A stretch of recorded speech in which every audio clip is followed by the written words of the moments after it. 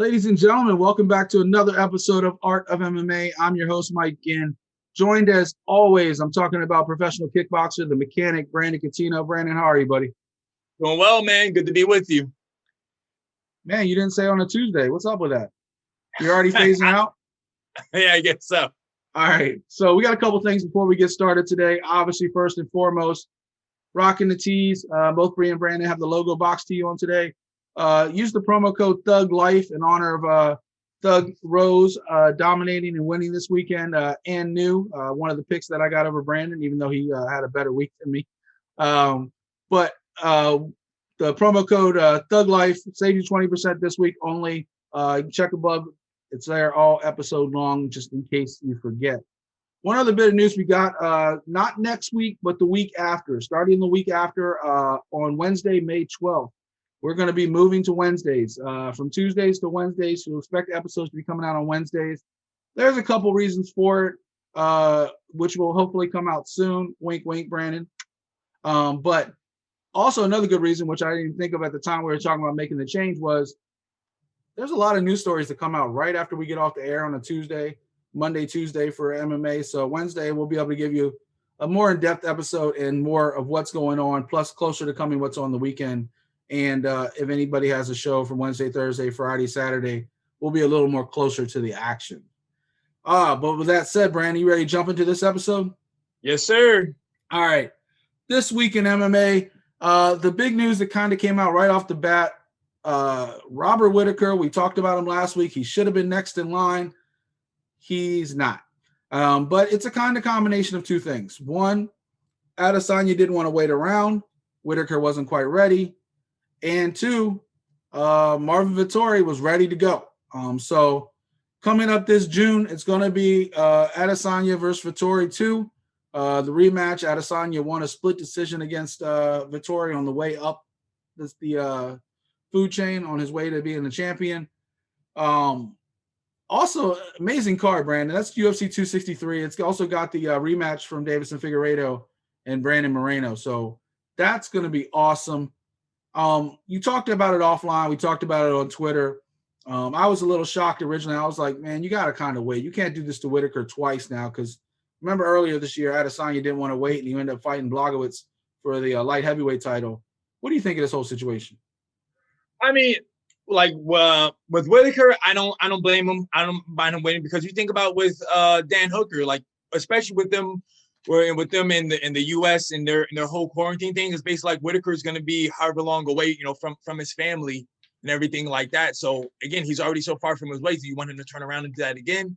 Nah, he's not about that. He wants to have his family time, but also too, Whittaker wants to fight to be either in Australia or in New Zealand. Yeah. While this fight in June 12th is going to be in Vegas. So Whittaker, he wants the big show. He wants to have the crowd. Because also too, I want to say that they're not doing a crowd in Vegas until July 10th. I think they're waiting until July 10th. Oh, are they changing it now? They don't know. July 10th is for sure. If it can get approved a month earlier, they will for 263, definitely by 264. Gotcha. But yeah, I just see Whittaker looking at it that way, where it's like, hey, he wants the crowd. Plus, too, again, like you just think about with Dan Hooker and all that time, you have to be away from your family and everything. Like I think Adesanya, he don't got about. He's a single dude. He's not missing anybody. He wants to stay busy, stay active. So I say, hey, you get to this fight, he wins, then him and Whittaker, they can do it in the fall. Or hey, if Vettori wins, then Whittaker and Vettori can do it in the fall. I would say one other thing is that Whittaker went through a war with Gastelum. Even though Whittaker was more dominant, he had a much tougher fight.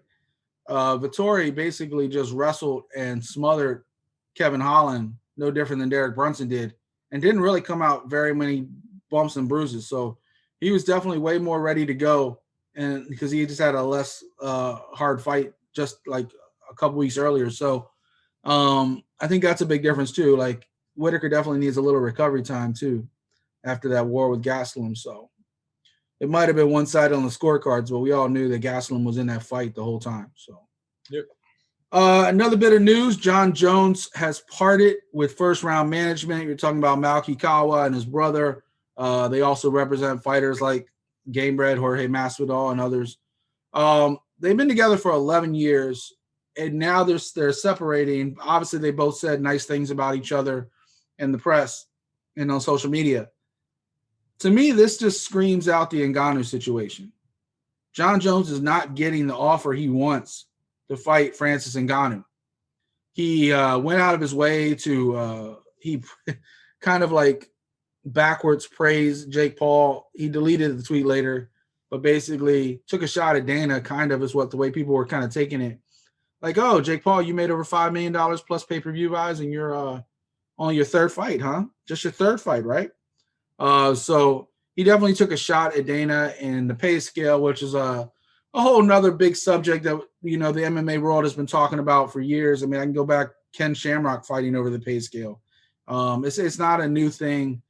I think there's some differences. I think boxing usually is centered around 1 or 2 fights, maybe 3 fights, and some sideshows in Triller's case. MMA's usually got 10, 11, 12 guys fighting, 12 girls fighting, whatever the case is.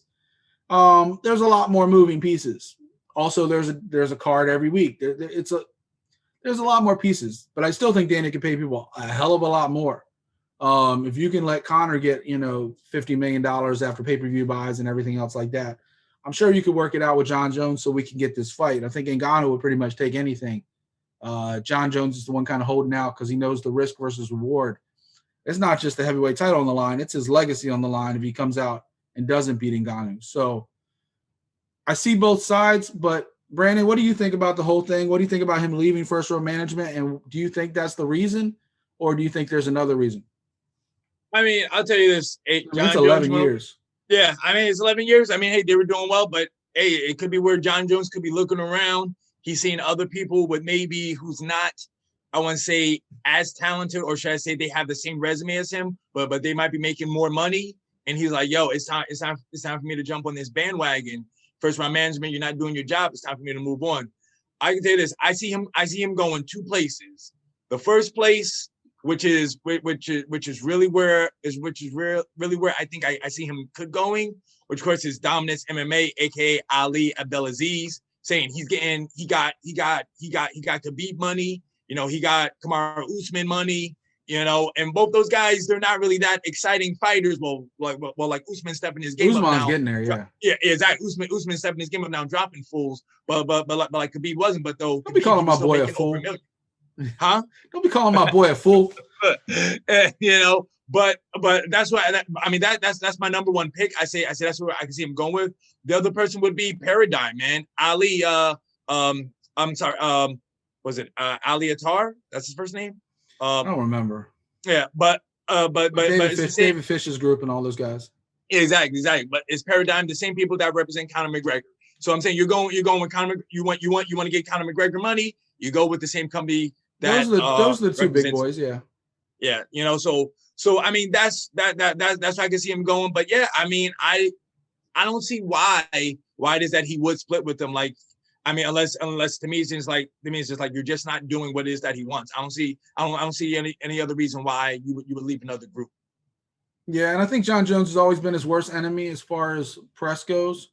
Like, they've had to like spin weaves, like they've had to like get this guy out of PR hell so many times that I find it hard to believe. I mean, I know they said nice things about each other, but obviously there's no loyalty if, for one, First Round released the statement that they're like separating before Jon Jones even did. So they beat him to the punch. And then they both came out and said nice things, but there's got to be some underlining. There's got to be some tension because you don't just leave somebody you're comfortable with that's brought you through hell. I mean, all Jon Jones out of the cage, situations. But I think it has to do with money, and I think it has to do with Ngannou. And I think if he thinks somebody else is whispering in his ear that they can get him that money he wants, at this point in his career, what does he have to lose? Yeah. So, or maybe he just represents himself at this point. Who knows? Some other news. This one actually kind of helped me out a little bit. Eddie Alvarez, we'll talk about him a little bit later when we talk about one coming up this Wednesday. But Eddie Alvarez had his controversial DQ overturned to a no contest. I'm a little even though it helps me in my pick standings, and I don't really have too much of a dog in this fight. Obviously, we love Eddie, Jonathan Webb, all that Philadelphia MMA group over there. They're all very tight knit. Ryan Cafaro. And Ryan was in his corner for the last fight. I don't know if Ryan's still there. I think he might have come home, but Eddie's still in Shanghai, obviously, getting ready to fight this week. I just have a problem with the fact that it's not an unbiased like tribunal. It was like a group of 15 that made the decision, their commission over there, but it included one officials having a say in the thing. You know what I'm saying, Brandon? Like that'd be like something happened in the UFC and Dana White's on the commission saying, I want to erase this because it makes my fighter look bad. Yeah. So it kind of goes back to like Ryzen, even back in the further day, Pride. Like you don't really know what's going on behind the scenes, whether you can trust a decision, whether you can trust, certain shady things. So I'm going to give one the benefit of the doubt. All of us kind of said at the time that it was a little bit questionable the way they all went down. I remember saying perfectly clear that if he hit him in the back of the head, which he did, I know Ryan and a bunch of other people are yelling to the moon that he didn't, but he did. He clearly hit him in the back of the head. You stand him up. You give him a warning. You say, hey, that was illegal. Let's reset the position. Give the person who was fouled a chance to reset because they were fouled. But instead, they kept him in the same position. He raised up for a second to acknowledge him, and then he did it again, and the guy's getting stretchered out. Yeah. You never gave the person who was fouled even a chance to reset. So they said it should have been a yellow card, not a red card. And then whatever happens after that happens after that. They kind of agreed with me and turned it into a no contest. So for Eddie's sake, I don't think it's something we'll forget. It's too late in his career. It's not something that happened like 15 years ago, and he probably doesn't have but a couple more years left. But I don't know. What do you think of the whole situation before we move on? You got any thoughts? Yeah, I mean, I'm not gonna lie. This is like one has done this before. Like they've had things where they have changed things up because this actually happened with Georgia Petrosian. He's a well-known kickboxer. He's supposed to be really the pound for pound best kickboxer in the world. He had a fight with somebody. He lost. And then basically one tried to come out and try to say, oh, well, like the judges had it wrong because if it was Muay Thai rules, then yeah, this guy would have won. But if it was like, just like regular kickboxing rules, then like, oh, Petrosian would have won. So then basically like they just had to do a rematch. But the thing was like, it was a tournament. The guy like Petrosian lost, but somehow they got Petrosian to come back into the tournament so they could like redo it. So get his name in there. Yeah, exactly. So I mean, I'm not surprised. I can see this coming because, like I said, it's happened before. This is how one does things. So,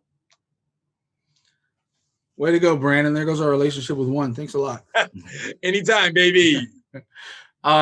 But I mean, the truth is, like, we don't know what's happening behind the scenes with a lot of these different promotions, especially when they're overseas.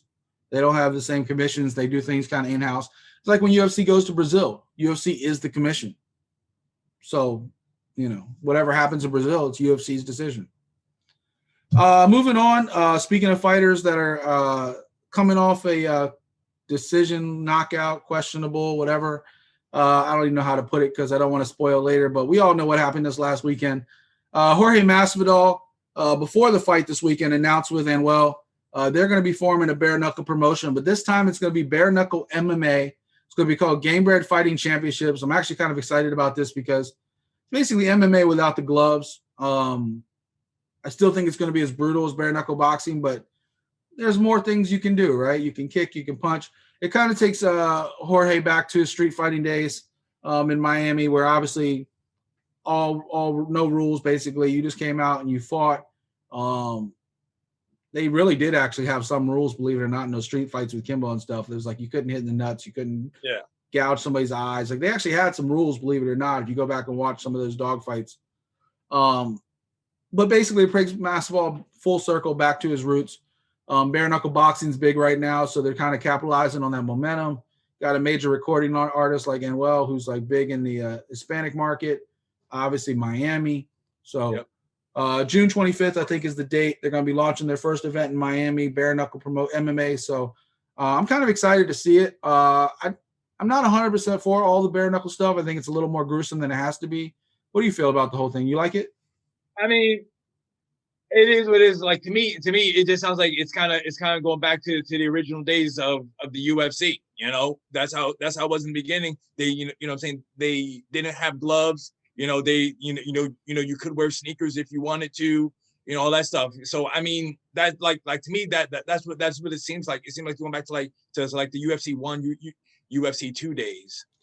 But also, we've kind of evolved, though. That's the whole point. It's like the NFL. They don't wear like leather helmets anymore. True. You wear for safety of the fighters, but also because the fighters have gotten bigger, faster, more explosive. Athletes get better every generation. So yeah, I mean, I'm sure it'll probably be like in bare knuckle. They like do have their like wrists taped, but it's just like their knuckles are though exposed. I think their knuckles are taped too. I think, and I don't know. I felt like the way I seen it. I felt like when I saw the Britain Hart, Paige Van Zandt, they both had their whole hands like taped. They just don't have gloves on them.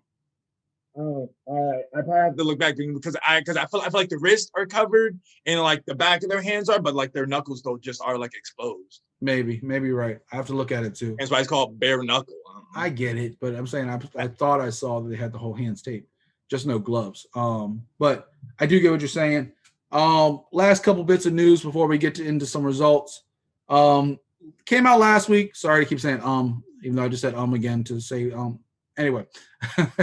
Last week came out before PFL's event that Wiz Khalifa had bought a minority stake and he's invested into Pro Fighters League, PFL, MMA. They kind of hyped him up a lot on the broadcast on ESPN last week, made a big deal of it. He's not a major investor. He's a minor investor, but he is going to be somebody who, first of all, people don't know, Wiz Khalifa, the rapper, he does MMA. He does train MMA. He trains boxing, trains a lot of combat stuff in his gyms back home. So he is very familiar with the sport. It's something he does as a passion. He cares about MMA. So it's not like some celebrity just spending money to like be a part of something. He actually cares about MMA. And PFL is trying to make a big push this year. They brought him on. He's going to be kind of a brand ambassador, bring some excitement to the sport. And I guess they're Brandon, I don't know, maybe you answer this for me. I guess they're trying to bring just a whole new like youth movement, a different culture into MMA, the hip hop culture, the pop culture as well, I guess. What do you think? I mean, I know when they first started, like when the PFL first came around, they had a whole bunch of new investors, but they did have top tier celebrities. Like I think Kevin Hart, Cam Newton, I think I kind of want to say, I feel like even like Tom Brady was even like in the minority of like owners where they owned the piece of it, so, but I want to say with like them, they weren't really into MMA. It was just something to like, expand their portfolio where they could maybe make some money. While here, I think Wiz Khalifa, he's into it. He loves MMA, so I think it is where he will be a brand ambassador. You'll see him going around maybe talking about it. They'll use him while like everybody else, they really weren't using. Yeah, it brings a lot more exposure to the brand. I think he's even doing don't quote me on this, I read it somewhere, but I think like his next music video is going to take place in like a PFL cage. Like it's kind of like cross like branding. The Decagon? Yeah. So it should be pretty cool. I think it's great. Anything puts more eyes on the sport and another promotion, not just UFC. Like I don't want to take eyes away from the UFC. I'm not a UFC hater, but I definitely think more promotions, more competition creates a better product. You see it in professional wrestling. You see it in MMA. You see it in any environment where you have competition. Both sides have to step up. And right now, UFC kind of does what they want to do. Bellator is a little bit of competition. One's a huge competition in the Asian market, but not necessarily here. And, PFL is kind of like the little kid brother. World Series of Fighting made a little bit of noise. They've kind of ducked back down. They like made some noise this World Series of Fighting, and then they kind of came back down a little bit and kind of flew under the radar with PFL. So, they had to make the business change to stay in business, but, hopefully their business keeps growing because last year we were talking about maybe them being dead in water, and now here they are kind of thriving a little bit in 2021. So good for them, and I'm looking forward to more from them. Last bit of news, and then we'll jump in. I swear, last bit. Conor McGregor, he did donate $500,000. It just wasn't a Dustin's charity. He donated it to the Boys and Girls Club of Louisiana. It's been confirmed. It is 100%. And I know he did it 100% just to troll Dustin right before their fight coming up. But he did it. You know, he gave $500,000 to Louisiana. And honestly, I think even though he's trying to troll Dustin, I think Dustin's probably just happy he gave the money to a good cause close to him. So, like, I think he's probably just going to be happy the Boys and Girls Club got it. Would he rather the Good Fight Foundation got it? Yeah. But I think he's happy that somebody got that money. So, because I think even he said at one point, he's like, I don't really care about the money. At this point, I just want to beat this dude up. So, we'll see. All right, we're going to skip over the fight announcements that we've been doing the last few weeks. We're going to jump straight into results. A lot to talk about. Obviously, 3 title fights with the UFC. Don't know if bring fight announcements back. We kind of blended them in a little bit with the news this week, so that might be a better way to go forward. If there's big fight announcements, we'll kind of mention them in the news segment. So we're just trying to make this show a little bit faster, a little bit better to watch for you people at home. And thank you for watching. As Brandon says, make sure you hit the like button. Make sure you subscribe. Down that way. There, it's over there. Like and subscribe. And promo code above. Save 20%. Thug Life this week. Let's talk about one. Speaking of one, they actually had a card this weekend that I'll tell you what, or this Wednesday after AEW and TNT, that actually surprised me. I was watching it. I mean, I'm an MMA fan. I wasn't really thrilled after the first. Last week was more week number 2 was more impressive than week number 1. It is not hating that the Americans lost in week number 1. I just thought they had a lot of production issues. Week number 2, they stepped it up. Everything kind of got cleaned up a little bit. I'm still not sold on their announced team, but I thought Christian Lee is amazing. I thought the Muay Thai fight between the ladies was pretty awesome, Janitai. So this week, I didn't really know what to expect. I know John Lineker, obviously MMA. People know him. He's been around the UFC for a long time. He didn't leave the UFC. We talked about this before. He didn't leave the UFC because he was losing. He lost because he was having trouble with the weight cut. He lost because of scheduling fights and cancellations. And I believe he had somebody pass away or something like that, didn't he? Like, isn't that one of the reasons why he had like a layoff? Was it his father or somebody passed away, right?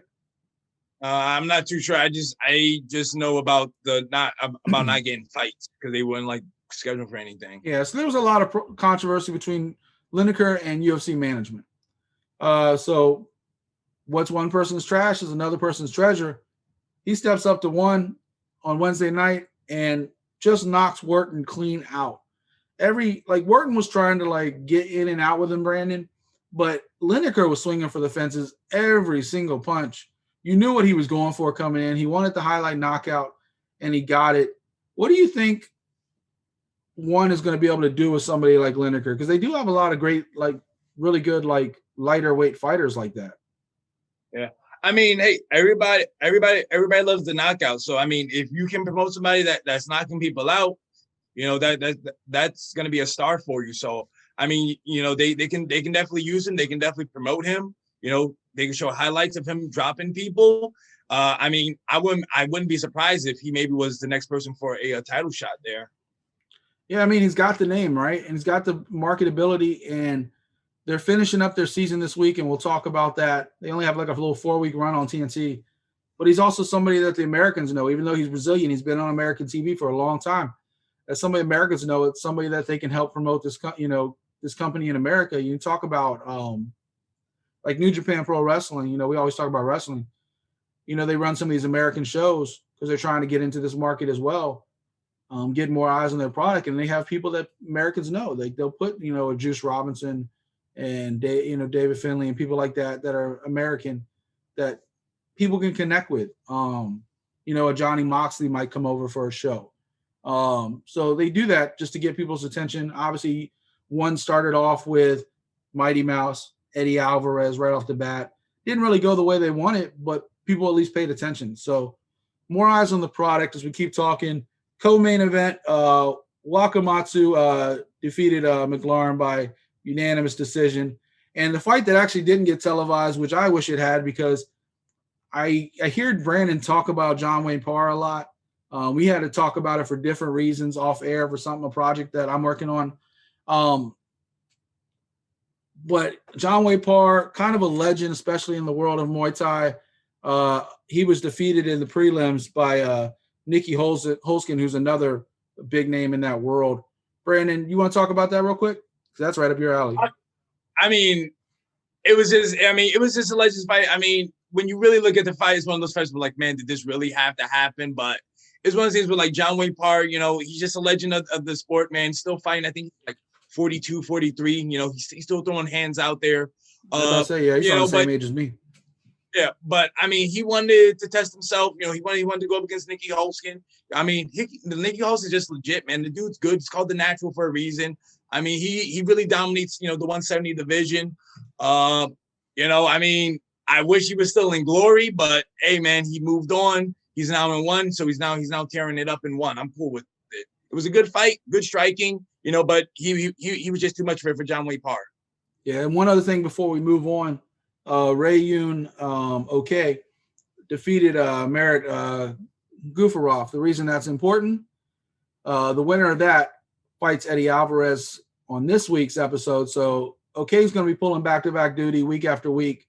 So he went 3 rounds. He's going to turn around and fight the fresher fighter, Eddie Alvarez. I don't know how fair that is for OK, but I do feel like they're kind of serving OK up because they want Eddie Alvarez to win and be part of that market.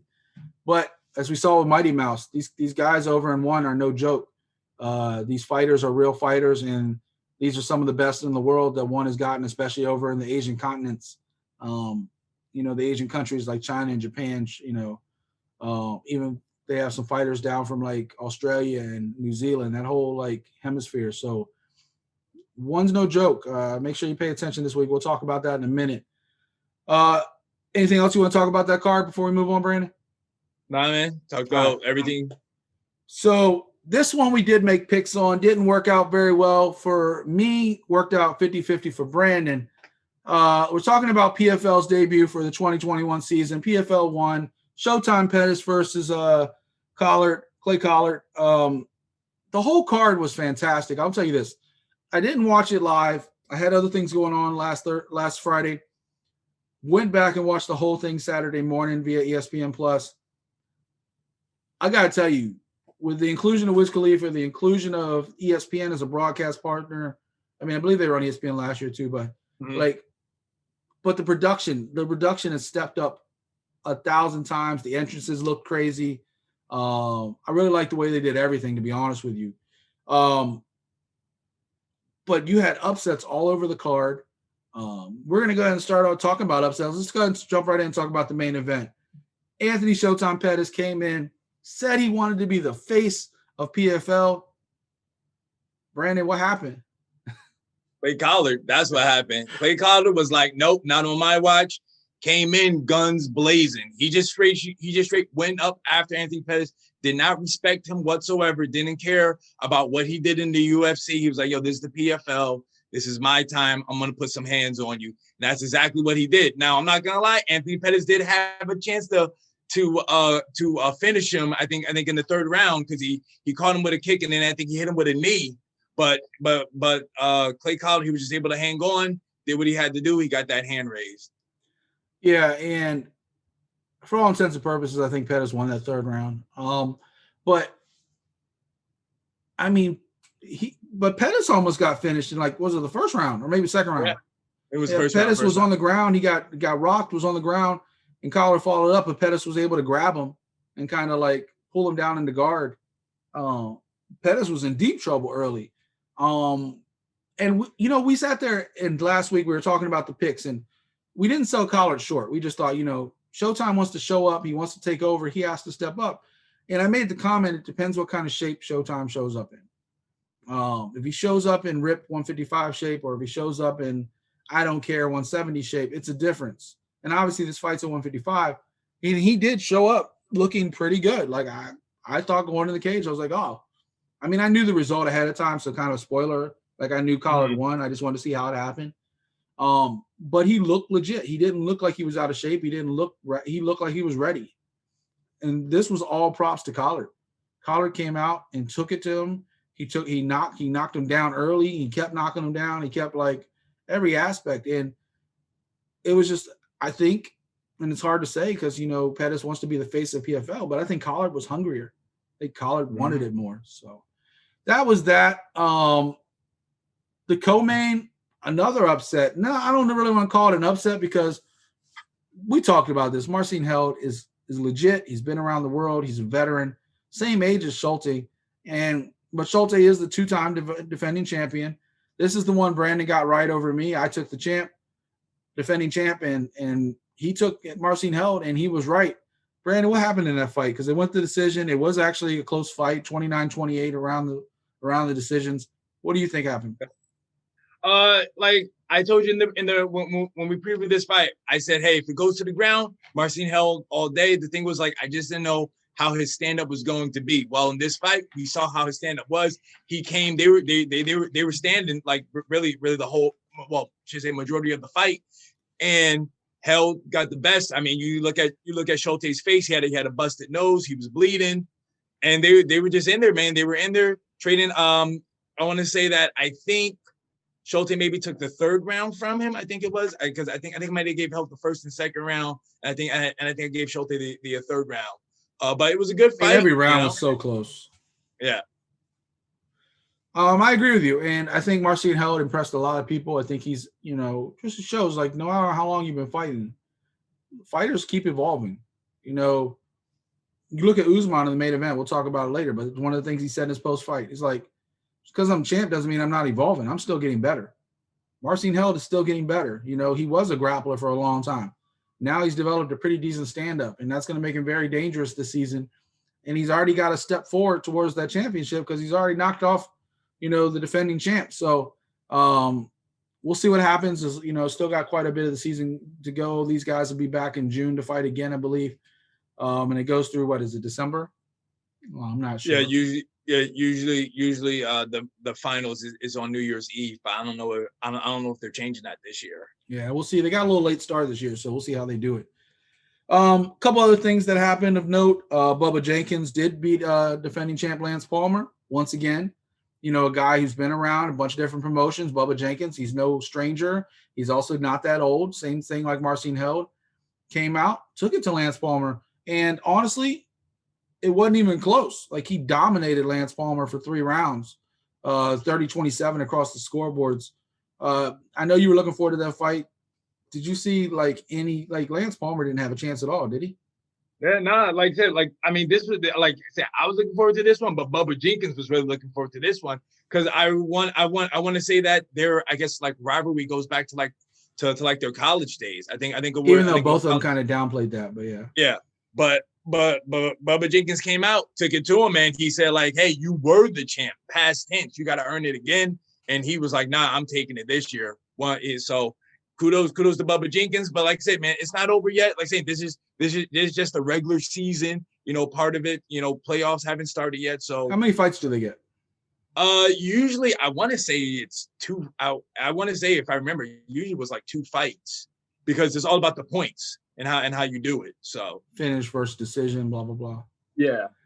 Another thing, real quick shout out to Chris Wade, Long Island MMA, obviously Sergio connection. He had a very tough, very good fight. Both guys came and brought him and Dizzy, Anthony Dizzy. So shout out to Chris Wade for getting that W. And then Brandon's boy Tyler Diamond got the W. But I will say this: I do think Tyler Diamond won. I think that 30-27 is ridiculous because I thought he lost the first round. He started off the round good, but the second half of that round, he was getting rocked. And quite honestly, I thought Joe was getting the better of him from the middle of the first round into early in the second round before Diamond kind of got his feet back under him and started, using his wrestling and using everything else. So I think it was a good decision. I just don't think it was the right number, if that makes sense. I thought it should have been 29-28, but that's just me. Overall fun card. Brandon, any other thoughts on that one?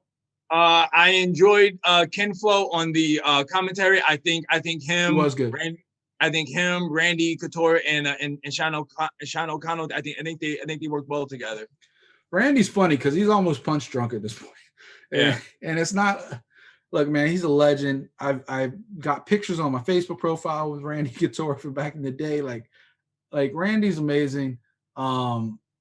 But you can definitely tell, like, he's like the old guy sitting at the table ready to tell a story from back in the day more than what's going on in the cage right now. But sometimes you need that. You need that different viewpoint, I guess, Probably the best way to put that. Speaking of which, now we're ready to talk about the event that has been on everybody's lips. UFC 261, 3 title fights, stacked undercard. If you only tune into the main card, I actually feel bad for you because you actually got robbed of half your card because of injuries.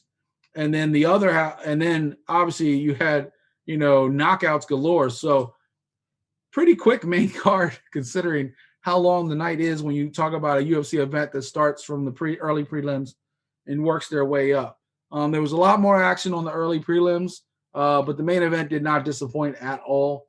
When you talk about what you want to see as a fight fan, the excitement, it definitely brought it. Let's go ahead and jump straight into the main event. Kamaru Usman, Jorge Masvidal. Look, I'm Gamebred for life. That's my guy. Win or lose. And that does not take away from Usman. I don't want people to think all of a sudden I'm like, I don't like Usman. Guess what? Usman's last fight, I was hyping him up. Usman versus Covington, I was definitely team Usman. And we'll talk about Covington in just a second. So don't think that I'm disrespecting him. I'm just a fan of Jorge Masvidal. That's my dude. I love the way he comes and fights every single fight, win or lose. But, Brandon, we saw something we have never seen from Jorge Masvidal. He got knocked clean the fuck out. Excuse my language. Oops, censor. Anyway, no filter. Clean the fuck out. Brandon, what do you think of that fight? Hey, man, you know me. I was happy when it went down. I jumped out, man. I was laying on the couch. And then, boom, when I saw it happen, I was screaming. It was, like I said, man, Usman, Trevor Whitman, like I said, man, I've been such a big fan of the coach, Trevor Whitman, ever since his days back when he had his main gym back in Colorado, man, when he had Rashad Evans come through, Cowboy Cerrone was coming through, all those days, man. I've been really big on Trevor Whitman. Like I told you, if I had a chance to train with another coach, he would be the number one guy. But yeah, man, Usman looked good, man. He came in standing, saying, man, I think the thing was like Gamebred did not respect him because again, you listen to the hype of the fight. He was trying to say that Usman had no power. He had pillows, on his hands and stuff like that. So that's the thing. I think he didn't respect the power. And then the next what happened, man, he got caught. It was lights out. That's exactly what happened because he was smiling. He was joking like, oh, you caught me. Ha, ha, ha. And he didn't see that next punch coming. Like he's like, oh, you got me. Good shot. Ha, ha. And then still doing his thing. And then he didn't see that next punch coming. And he got caught. And he got caught so hard the sweat flew off him. Yeah. And Usman, again, was using that jab because that's what he hit him with a jab, turned his head, boom, hit him with the right hand. It was over. And then, boom, he followed him up with those shots, which were super necessary, a.k.a., shout outs to Gamebred against Ben Askren. So it actually was. So actually, funny enough, the shots were. If you watch the replay, Masvidal wasn't out when he got hit with that punch. Yeah. He was out when he followed up and hit the next punch on the ground. Masvidal definitely went to La La Land, but he started kind of coming to when he hit the ground, and then he followed it up and finished him. So I mean, I guess he definitely was out, but he kind of hit the ground and kind of started to come up. I don't know if I remember a knockout where somebody got hit so hard to, all the body water came out of him.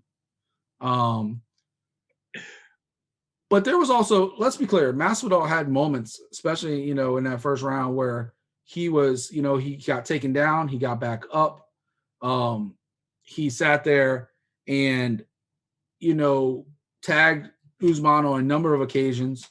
One thing I think you noticed though is Usman had the slight reach advantage. So that jab was paying dividends. I wonder what would have happened if the fight had gone a little longer, the way Masvidal was wearing out Usman's legs, with those leg kicks that could have worn on later. But I guess we'll never know. The truth is, all respect to Kamaru Usman. He is the champ for a reason. He's the best in that division. I don't see somebody taking away that title anytime soon. I thought Masvidal had the best puncher's chance because sometimes Usman leaves his chin out there. You saw it against Gilbert Burns. Gilbert Burns almost caught him in that first round. I think Masvidal was trying to do the same thing.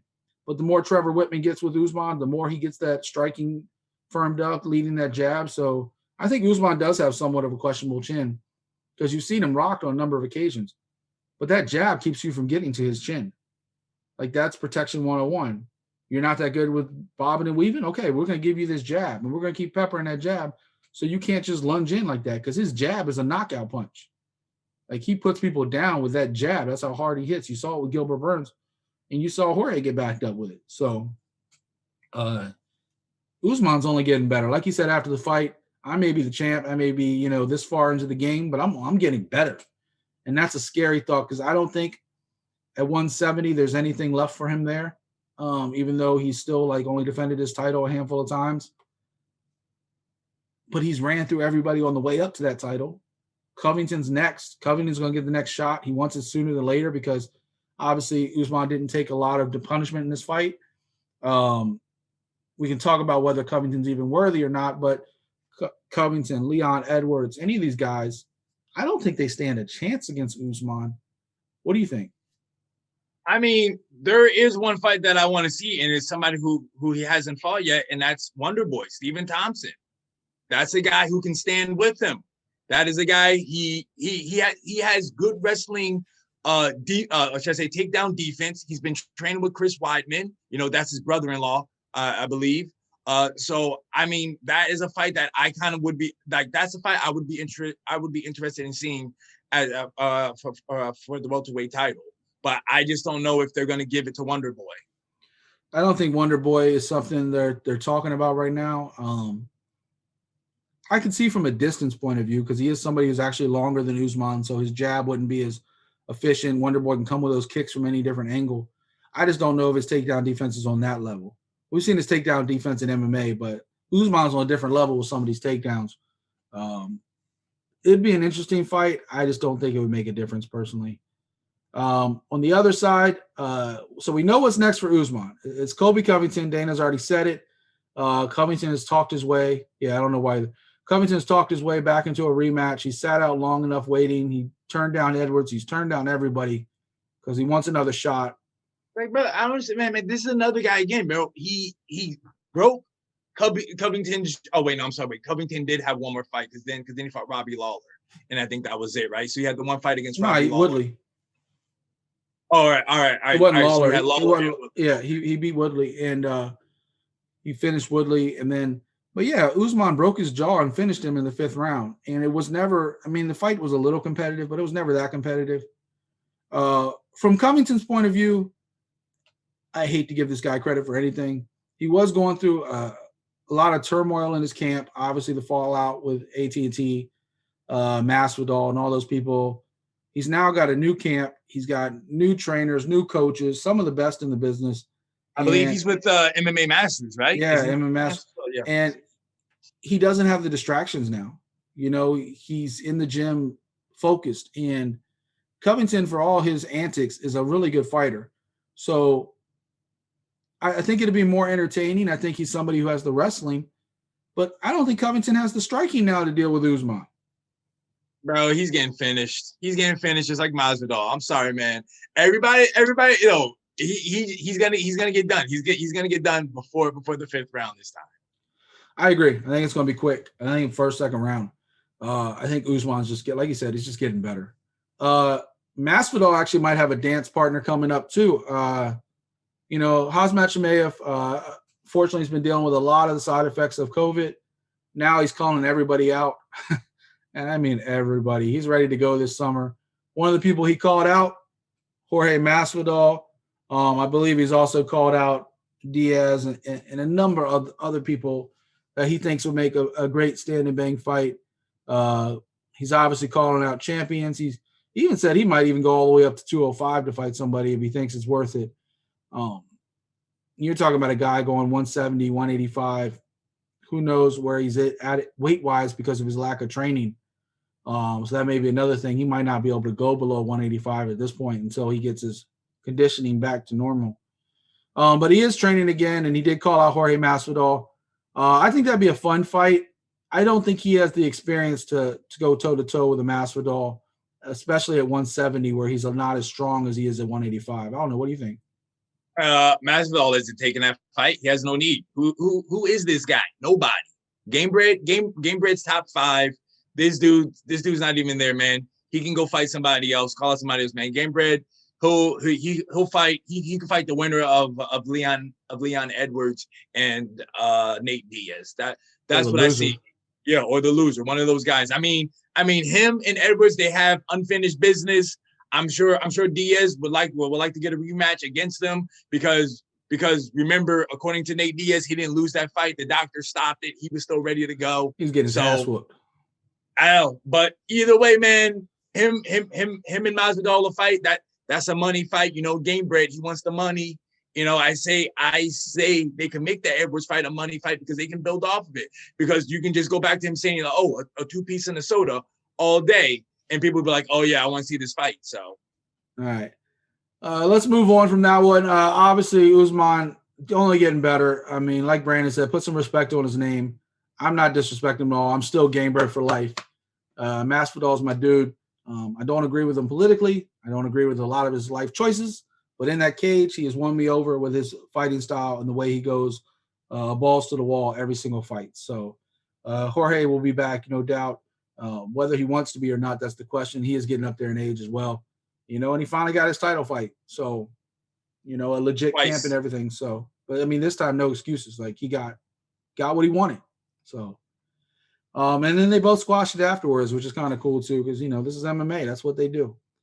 Co-main, Doug Rose. For somebody that lives and dies by Trevor Whitman. Trevor, he picked against you. He picked Weili. He picked Weili. And real quick before I get sidetracked, our update standings, because I know I didn't really mention this. I got to check out the percentages. I don't know who's in first place right now. Because of the Eddie Alvarez turn his decision to a no contest, I'm now 32-18. Brandon's 33-19. So I think he might have a percentage point over me, but I have to do the math. We're not here for math. We're here for fights. So just to say that. But I picked Thug Rose. I said, you know, she is the best in that division at that weight class. There's nobody when she's focused. I said it right there. When she's focused. Nobody more than her is. It matters what kind of mindset she is. Nobody has that live and die. Like, she was so overwhelmed being the champion the first time. She was coming off the whole Conor bust situation where the glass broke next to her and she had a little bit of PTSD.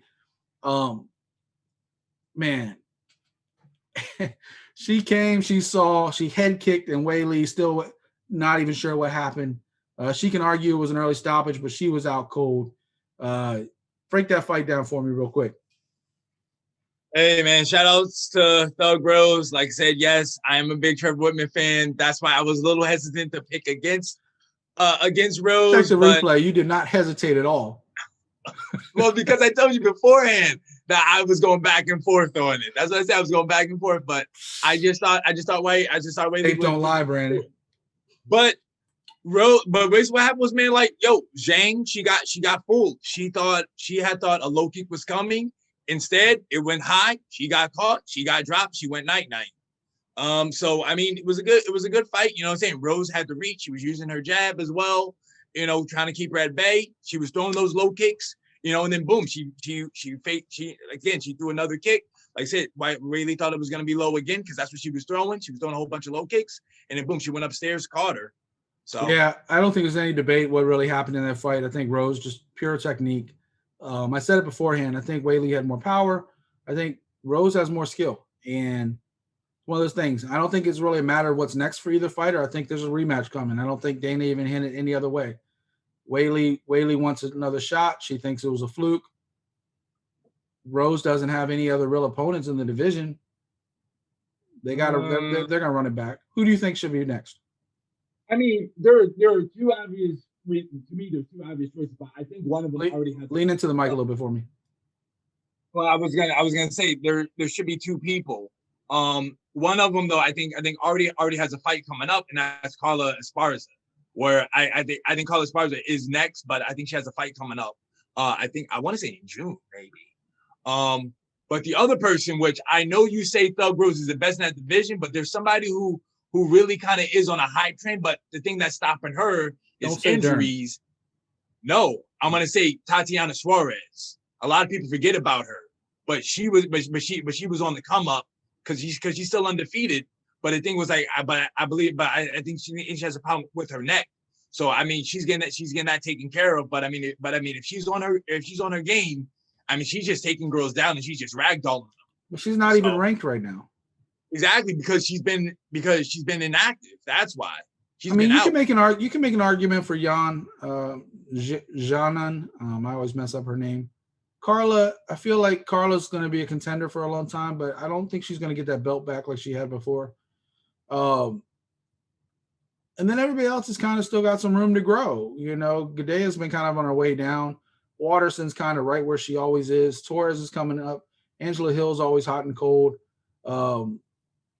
Mackenzie Dern's the one that's kind of jumping up the fastest. Maybe her and Esparza, if Esparza wins her next fight, can like kind of battle it out. But I'm pretty sure there's going to be a rematch between Weili and Namajunas coming up soon. I don't know why. Like, I don't think there needs to be one because Weili only defended it one time, and I was against Joanna, and that's it. Like, I'll tell you exactly why. They're getting ready to go to Shanghai. What better fight to throw on that card? I mean, if you're going to China and that's the fight you want to put on, okay, I can see it, I can understand it, but I still don't think it needs to happen. I mean, neither fight took. I mean, obviously she got knocked out, but neither fighter took much damage. They could run it back that quick. I mean, if you're concussed, I think they usually put you on a 45-day in America. We just talked about Asia. We just talked about. Let's get some move on. This show's kind of running a little bit long. Me and Brandon, I love when we get feisty with each other. It's been a while since we disagree on everything, so that's pretty cool. But one thing we did not disagree on, everybody kind of knew, Shevchenko, Bullet Valentina Shevchenko, she just ragdolled Andrade. I don't think any of us saw the wrestling clinic coming that she put on. And she wanted to make a statement. She came out and said, I'm the best in the world at everything. Not just one thing, not just striking, not just this, everything. And she came out. We thought Andrade's best chance was to take her down. She took Andrade down at will. Played with her on the ground. She played with her on the feet. And then whipped out the Peruvian dance right at the end. Like, my wife was like, hey, look at that. That's from back home. She like did all that stuff. And it wasn't even close, Brandon. We don't even have to take much time talking about this. Go ahead. And like I said, I think I want to say that Shevchenko said like it was a setup because I think in her fight with Jennifer Maya did take her down. So I mean she wanted people to think that would be their that would be their best chance, and then that's when she just took her down and she grounded and pounded her. Man, she hit her with the crucifix, took care of business. Who's next? I was just on to the next one. I mean, you know who I want. Like I said, you're big time ride or die with Gamebred. I'm big time ride or die with my girl Joanne Calderwood. Calderwood should have got the shot, but she lost to Maya. But now I think it's her and Lauren Murphy. So I'm sure the winner of that fight will be the next one. I'm thinking it's going to be JoJo because I think JoJo's going to beat Murphy, and that way JoJo gets her title shot. I agree with you. I mean, one fight that Dana's already ruled out is a trilogy with Amanda. He says he doesn't really have any interest with Amanda Nunes. I don't know why. That's the only fight that makes sense to the fans. I don't think Juliana Pena's posing a fit. But if you're Nunes, why do you need to do that fight? You already beat her not once but twice. There's no need for you to do that fight again. You beat her twice. I don't think Nunes is calling for the fight. I don't think Valentina's calling for the fight. I think the fans are calling for it. I mean, the fans are. I haven't heard Valentina say Nunes' name one time in the last couple of years. Yeah. But again, though, I'm just saying, if you're Nunes, why would you even want that fight anyway? That's what I'm saying. I mean, you don't have to be called, but I'm just saying, if you're Nunes, why would you take that fight? You already beat the girl not once but twice. You don't need to fight her again. I know Valentina wants to stay active, and I think the only problem with this division is that the top contenders have all either lost to her or aren't quite ready based on other fights they got coming up. Lauren Murphy could step up. JoJo could step up. But the people I'm actually interested in that division posing a threat to her down the road aren't ready yet. You know, Miranda Maverick, Macy Barber, even Alexa Grasso. Come on, man. Don't throw out Macy Barber, bro. She's about to get smoked by Miranda Maverick. Come on, man. She may very well, but I'm saying like young fighters that are exciting to watch in that division. And Alexa Grasso is another name that comes to my mind. Viviane Arroyo, another one. I don't think any of those fighters are like within 2 or 3 fights of even fighting Valentina yet. But those are the ones to look forward to keep the division alive down the road. So maybe next year we might be talking about one of those people challenge Valentina. I think right now Valentina's probably going to have to take a fight that's going to be easy for her. I don't think Lauren Murphy can hang with Valentina. Not now that Valentina shows she can wrestle. Lauren Murphy ain't going to the ground.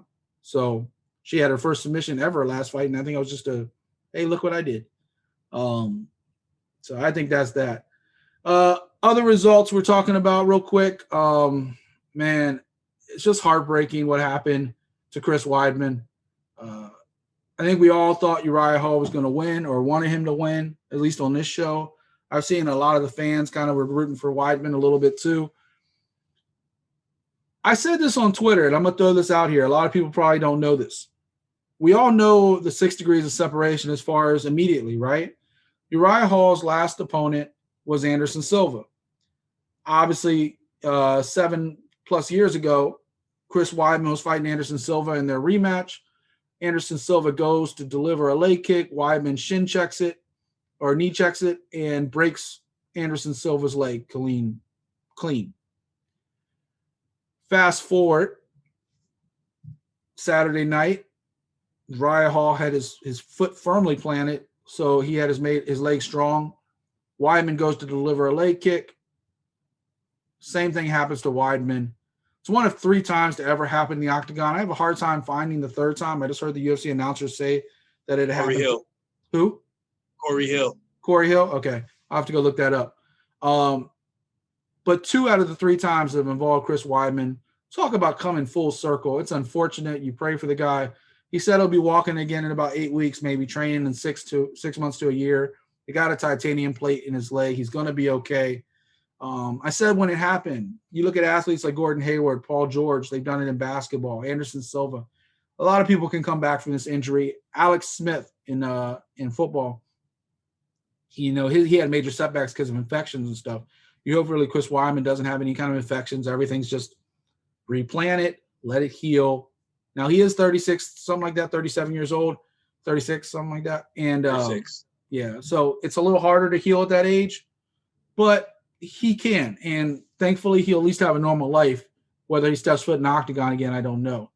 What I was going to say, though, is in the 6 degrees of separation, the whole Kevin Bacon of this thing, if you go back to UFC 168 where Anderson Silva and Weidman fought, on that card, on that stage, you look at the press conference, on that stage, on that card was Uriah Hall. Like, talk about coincidences. Uriah Hall, that was Chris Lieben's last UFC MMA fight. Obviously, he went on to fight Bare Knuckle and some other stuff, which he just recently retired from. But on that card, Uriah Hall retired Chris Lieben from MMA on that card back in 2013. So on the same card, Uriah Hall, obviously the history between Uriah Hall and Chris Weidman. Fast forward to Saturday night, just a lot of just weird, like karma, kismet, whatever you want to call it, stuff coming around. But not much to really talk about. You have anything to say on it, Brandon? And just prayers to Chris Weidman. Hope he heals up. Yeah, get well, Chris. Hopefully one day we can actually see you and Uriah Hall run it back if you can get back and get back to where you were. For Uriah Hall, I don't think anything's holding him back. Let's move him up. Let's get him another opponent. Let's keep moving him up those the food chain as far as no point waiting around, right? We'll see who's next for him.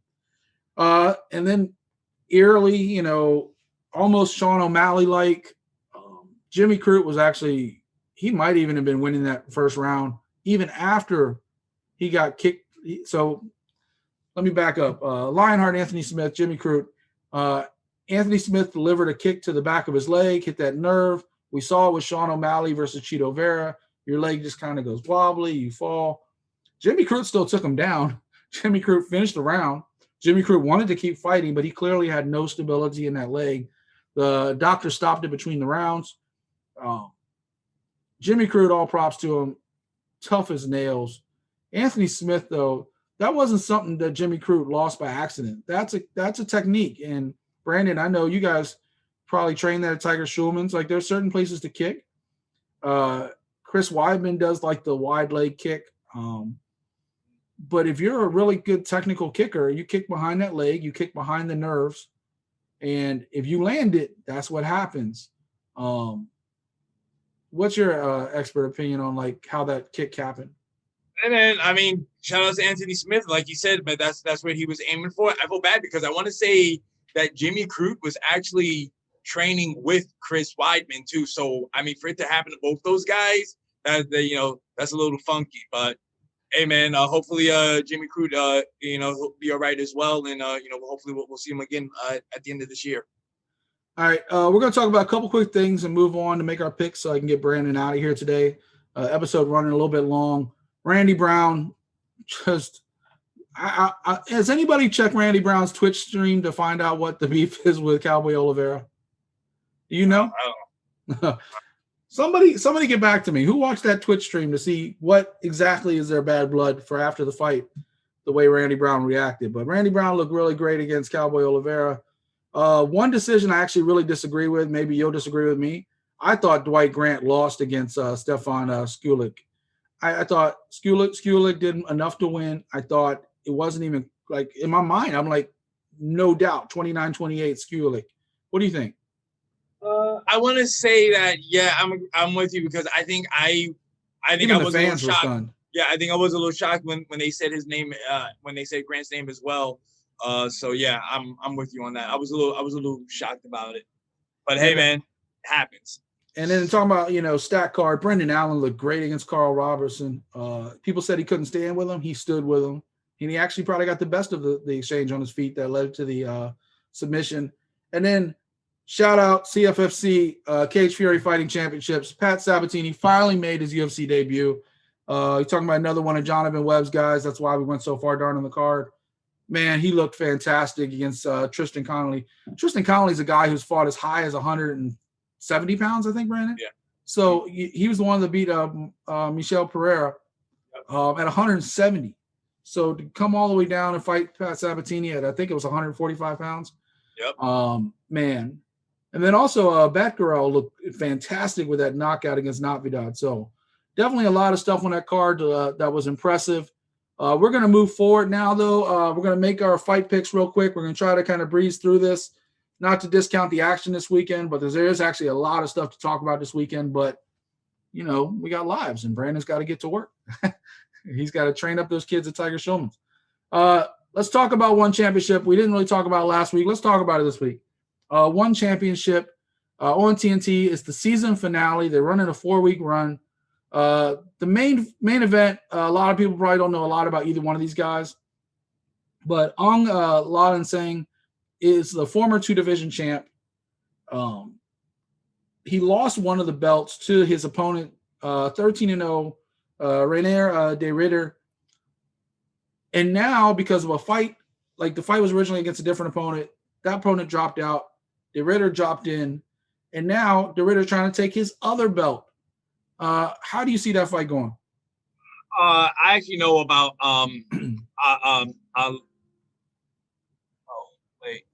give me a second. Battery's running low. Plug it in, Brandon. Plug it in. Yeah, I'm sorry. Yeah. I got Sang taking this one. Reason being is because of just where he trains at. He trains with Sanford. You know what I'm saying? He trains with Phil Hawes. I think that's really one of his main training partners. I know he did lose his middleweight title to this guy, but I think that he just went back to the drawing board. He saw what he did wrong. He's gonna make the changes. He's gonna keep this belt, and then he's gonna fight him again and get his middleweight title belt back. Yeah, I mean, let's be real. De Ridder's no joke. He's a world-class grappler. 13-0. He's undefeated. Saying, he's a hero in Miramar. They built a statue over the guy. He's, but he had refugee status. Like you said, he's like raised in Florida. He's fighting with Sanford. Sanford tends to make adjustments. When their fighters lose, they tend to come back even stronger. So I do think Sang is going to pull off this one. I think he's going to get a little bit of revenge. And then, they'll have to have the trilogy for the other belt pretty soon down the road. Co-main event, we just talked about a little bit earlier. Eddie Alvarez is back. He had his DQ turned into a no contest. He's fighting the guy who just fought last week in Ray UK. How you see this fight going? This time I am going with Eddie Alvarez. I think Eddie Alvarez is going to get the W on this one. I mean, hey, you really don't know what damage his opponent took from his last fight. So I'm sure he'll be hurting a little bit. And plus, too, to make the weight cut, 2 weeks in a row, that probably is going to drain on the body. Eddie Alvarez is going to be fresh. I just see Eddie Alvarez probably steamrolling this guy in the first round. Yeah, I got Alvarez because, like you said, you don't know. And if it was a tournament setting, like a one-night tournament where they got to fight multiple times, it's a little different because your adrenaline kind of carries you through it. It's not like, but you get a week to reset. Your body has to be reset. You have to make your weight again. You can stay in close shape, but it's still a lot, even with one's weight cutting rules. I think that's a lot. I think Eddie Alvarez has at least had a few weeks to kind of manage that, especially once he had an idea he was coming back. So I think Eddie Alvarez is going to take that one. And then a real quick shout out. Speaking of, we talked about John Wayne Parr and Nikki Holzman. Another one, Shinya Aoki versus Edward Folayang. If you follow mixed martial arts over in Japan, Asia, all that stuff, and these are legends. They're having their trilogy fight. I personally like to see Shinya go out on top. I've been a big fan of his for years, but that's going to be a fun fight to watch. Hopefully that makes the broadcast. I don't know if it will. It's supposed to be on the prelims. But if time allows, hopefully it does. PFL back again this week, Brandon. Rory Macdonald makes his debut against Curtis Millender. Who you got and why? Oh, man. It's one of the things like you want to go with the favorites, so that's what I'm going to do. I'm going to go with Rory Macdonald. I think he's just a better fighter. Curtis Millender, I've known him from his time in Bellator. He was in the UFC for a little bit as well, so he's kind of been bounced around. But I just think Rory Macdonald's going to get the W. He's going to get his hand raised. Every part of me wants to pick Curtis Millender because the way Rory kind of finished in Bellator. But at the same time, Millender finished the same way in Bellator. He lost to Hamasi. You go back a little bit, he lost to he won on the Cyborg card against Marietta, but in the end of the UFC, he lost 2 fights. He lost to Bilal Muhammad. He lost to Dos Santos. So he's lost 3 of 4. He doesn't have the same kind of like fire that he used to have. He's 33 now. I'm going to go with the slightly younger but also more experienced fighter, and Rory, who's also, by the way, Sanford MMA. He's also relocated. That's where he's kind of living right now, down in South Florida. Once pandemic opens up, he's talked about kind of going back and forth between, but he thinks he's found a new home. So TriStar is always going to be his home, but he thinks he's found a second home down in Sanford. So I'm interested to see what Rory Macdonald does. And I think he's my pick also. And then in the co-main, we got Ray Cooper III versus Jason Ponette. Who you got? Going with Ray Cooper, knockout. I'm a fan of his. I love his, Hawaiian bloodline with his family. I like how they're close. I just think Ray Cooper's going to take this one. But hey, I could be wrong, but I don't think I am. I say I'm going 2-0 on the PFL. Man, talk about cocky. Man, where did this guy come from? We're both going together then because I got Ray Cooper also. I think Ray Cooper's just a more well-rounded fighter, more experienced fighter. Jason Ponet's fought some tough guys, but I think Ray Cooper's the guy. Real quick before we jump into UFC Vegas 25 to make our final picks, a couple things to look out for that PFL card. They also have veterans like Chris Camozzi on the card, Antonio Carlos Jr., who just fought not too long ago against Brad Tavares in UFC. He's fighting Filthy Tom Lawler on the card. Vinny Magales, Cesar Ferreira. So all names like UFC fans should know. They're on this card. So something to pay attention to. And then a fight I was really looking to, I want to see João Zeffirino fight. His opponent dropped out. Gleison Tibal's opponent dropped out. So now they're fighting each other. Problem solved when you got a season format like that. Both same weight class. So it was an easy fix. It should be an exciting fight. PFL is coming with the Thunder this Friday night. I definitely am looking forward to this card. You ready to talk about the last one, Brandon? UFC 25, Vegas 25?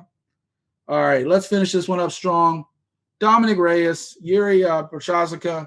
I laugh every time I say Prochazka because famously Sergio could never say his name. Every time he'd be like, Yuri, he'd pull a Brandon and just say the first name. one of the few names that man could never say for whatever reason. He could say every tough name in the book, but Prochazka, he could not say. Does Prochazka pull off the upset against Dominic, or is it even really an upset? I'm going with Dom Reyes. I just think Dom Reyes is going to bounce back from his loss against Jan. Yeah, exactly against Jan. Hopefully he got back with his old training squad or something. Because I remember the last time when he was going up against Jan, he had his brothers out there, So I mean, hopefully, he changed some things up. He's got back to his old ways. I'm just going with Dom Reyes. I think I'm saying like he is the A side of this fight, in my opinion. So I think he's gonna come out and he's gonna stay the A side and get this W. Well, here's where if we have any differences this week, this is where it's at. I'm taking Uri. Uri hasn't lost since 2015. Dom's coming off 2 straight losses. People forget his loss before that was John Jones. Mm-hmm. 2 title fights. You can't really hang your hat on that. Like, it's not bad losses, but he did get knocked out last fight. So I think that's a difference. You never know how somebody's going to respond to the first knockout of their career. When somebody has those lights turned out, sometimes it doesn't matter, and sometimes they're never the same. Dominic Reyes didn't look that great in that fight. He had, Uri was just, Jan was just pressuring him and bullied him. And like I said, Yuri's fought some tough dudes. He's fought, he just came off that win, knockout over Ozdemir last year. So I think Yuri's the guy in this one. Co-main event, Cub Swanson versus your guy. It's Giga time. I'm talking about Giga Chikadze. Who you got? You already know, man. It's Giga time. I see he's taking that. I want to say he's the better striker. That's what Cub Swanson likes to do. He likes to strike. He likes to use his boxing. Huh? What if Cub takes him down? He likes to stand. He likes to box. That's what he wants to do. But he can do everything. Yeah, but he mostly stands up. But like he doesn't really try to take people down that often. He really stands with them. So that's what he's gonna do, and he's gonna get caught. If he does take Giga down, I think Giga is gonna be all right because he trains at King's MMA, so it means he's hanging out with Kelvin Gastelum, helping him with that wrestling. Just like Kelvin's helping him with the wrestling. He's helping Kelvin with his striking. I think it's Giga's time. Sorry, Cub Swanson, you're gonna take the L on this one. Well, I'm gonna upset you. I'm taking Cub in this one. Cub's looked really great his last few fights. He's won a couple in a row. His loss before that, your teammate Shane Burgos, no harm in that. I mean, that was a split decision. That was a war. Canero was kind of a bad loss. He got caught in a rear naked choke, and he lost to Frankie Edgar and Brian Ortega. I mean, Cub has showed his last couple fights he ain't done. He knocked out Pineda. So Cub is looking like he's still as spring as ever. People keep writing him off, 37 years old, but I think his experience is going to carry him over Giga. If it was a kickboxing fight, I'd say Giga all day. If it's a striking fight, I'd say Giga all day. I think Cub's going to take him down. I think Cub's going to do what he needs to do to win the fight. Not every Cub fight is pretty. I think he's going to do what he has to do. Who's your other fight pick this one, and I'll let you get out of here. Man, gotta stay with the kickboxers. Going with my man Dustin Jacoby. I think he's still gonna get that hand race. He's gonna do it. So I'm staying on the main card. It's just the fight. It's just the fight before the co-main. Is he still on the card? Yeah. Who's he fighting? I was just looking at it. It's Dustin Jacoby versus Ian Katiba. So Sherdog has Devin Clark in that spot right now. Really? I think Jacoby's out. It's Devin Clark versus Cutabella. Oh, really, man? Oh, yeah. I still have it. I was looking at it on Fansided. Yeah, I think I heard Jacoby got dropped out. Oh man! So you want to make another pick real quick? I know I'm putting you on the spot. I'll tell you what. I'll give you a second while you look at that. If you still want to stick with that pick or not. My pick. I'm going with Merab Dvalishvili. I finally said it right. I actually practiced it and then I butchered it the first time I said it. But Dvalishvili over Cody Stamann. I think it's going to be a battle of striker versus grappler. But Stamann's kind of struggled with some grapplers in the past. I think Merab is just a force of nature, especially his last few fights. He just wants to take you down. He wants to do what he does, and I think. Quite honestly, I think coming out of that camp, Sierra Longo, Aljamain Sterling and Chris Weidman before that. You know, I think the wrestling's what they do. I think they do it great. I think Merab's going to win that fight. You want to stick with your pick or you want to make a new one? Oh, man, dude, why is this thing being mad slow? I'm trying to go to you because I want to say, oh, there it is. Let me see. Because, like, I really want to say, I feel like it might be the other way around. Like, I feel like Devin Clark might be the one out and Dustin Jacoby is the one that's stepping in for him. Sherdog's pretty good. That's why I'm just trying to go to the UFC. Yeah, Sherdog's pretty good. That's why I'm just trying to go to the UFC because I'm like, well, the UFC would have it. Come on, man. Stop being slow. No, yeah, man. I have it being Dustin Jacoby. I think what's the name is out. All right. Well, if that's the case and your fighter's not fighting, then maybe I'll finally make up a fight because all my fighters keep dropping out as well. So maybe I can make up a fight if your fight doesn't happen. We shall see. Go ahead. Yeah, I'm good. I'm going with my I'm sticking with Dustin Jacoby because I know he's the one. He's the one that's in. You don't want to pick any of the lady fights? I thought about it, but then when I saw Dustin Jacoby, I was like, I'm gonna rock with him because I really want to say I think he's the fight that's in. I think he's the one stepping in for Devin Clark. I want to say Devin Clark is the one that's out. Well, we'll find out as usual after the show. You never really know in the world of MMA and in a pandemic world. You're right. You're 100% right. Devin Clark is out.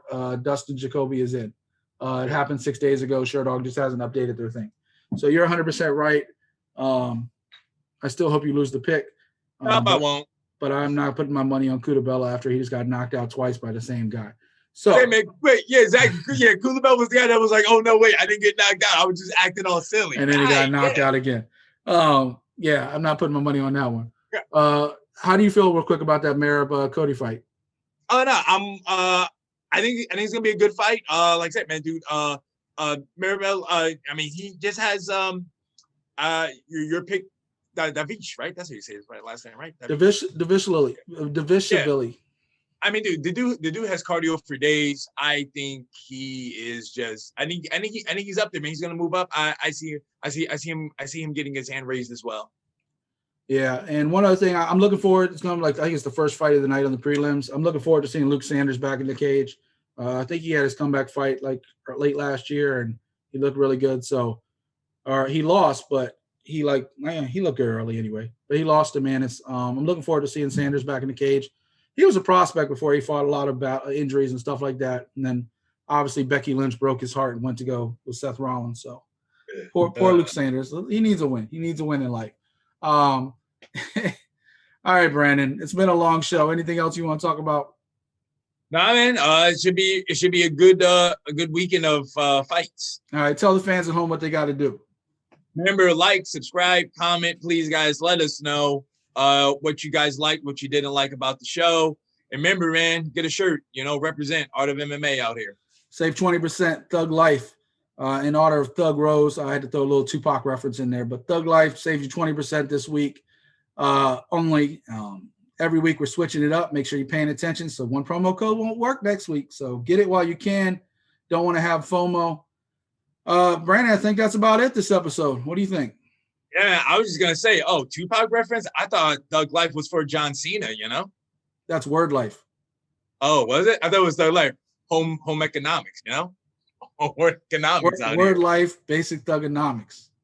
There you Come go. on, man. What kind of fan are you? Hey, man. Hey, John Word Cena Life. wasn't my guy. Hey, man. I wasn't with the chain gang like that. I was when he was a bad guy. I kind of jumped off the Hulk Hogan type bandwagon when he became a good guy.